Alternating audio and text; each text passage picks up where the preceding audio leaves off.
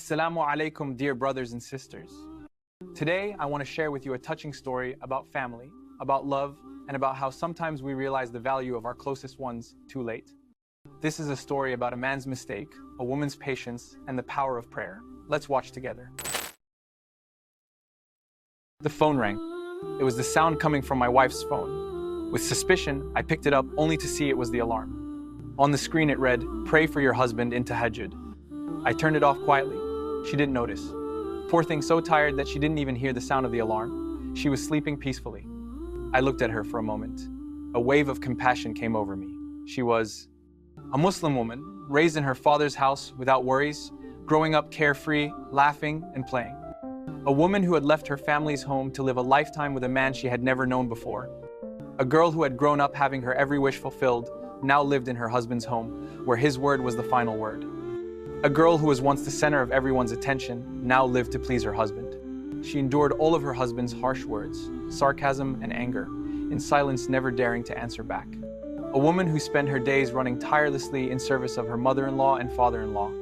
A woman who also respected her husband's relatives, enduring their mocking words without complaint. A Muslim wife who, after a long day of endless labor, would still give up her sweet sleep at midnight just to pray for her harsh and cold husband. A woman who endured all hardship with patience.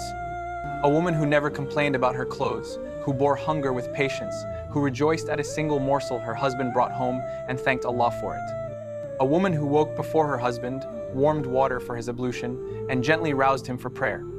A woman who only lay her head on the pillow after completing all her chores and reciting Quran.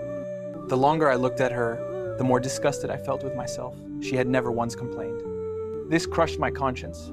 How ignorant and careless had I been? Was I not the one who ignored the legacy of the Prophet Muhammad ﷺ about how to treat women?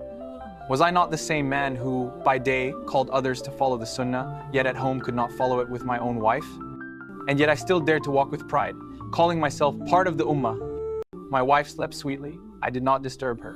I performed ablution and began the tahajjud prayer. After some time, I heard footsteps in the room, quick, hurried steps toward the washroom. Moments later, my wife stood behind me, joining me in prayer. I finished the prayer with sobs breaking my chest.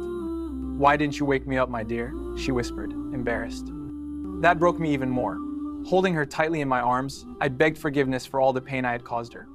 Poor woman, she had grown so used to my cruelty that she looked at me in wonder, not understanding what had changed.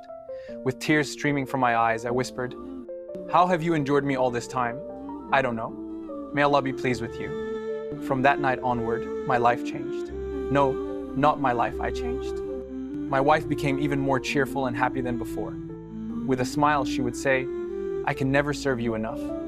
Believe me, she was happier than she had ever been in her father's house. And seeing her joy filled my own eyes with tears of gratitude.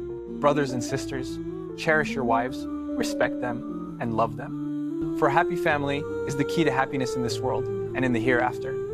If this story touched your heart, don't forget to give it a like and subscribe to our channel so you won't miss our upcoming videos. See you soon, inshallah.